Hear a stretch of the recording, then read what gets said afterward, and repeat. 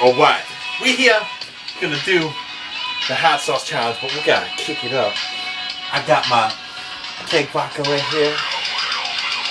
And it's gonna be peon.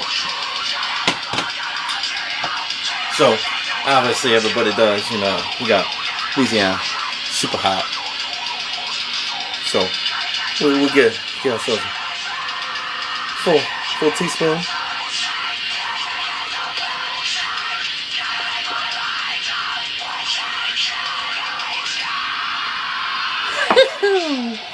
See.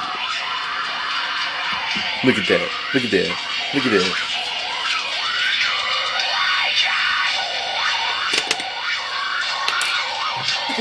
And then we gotta put this in there.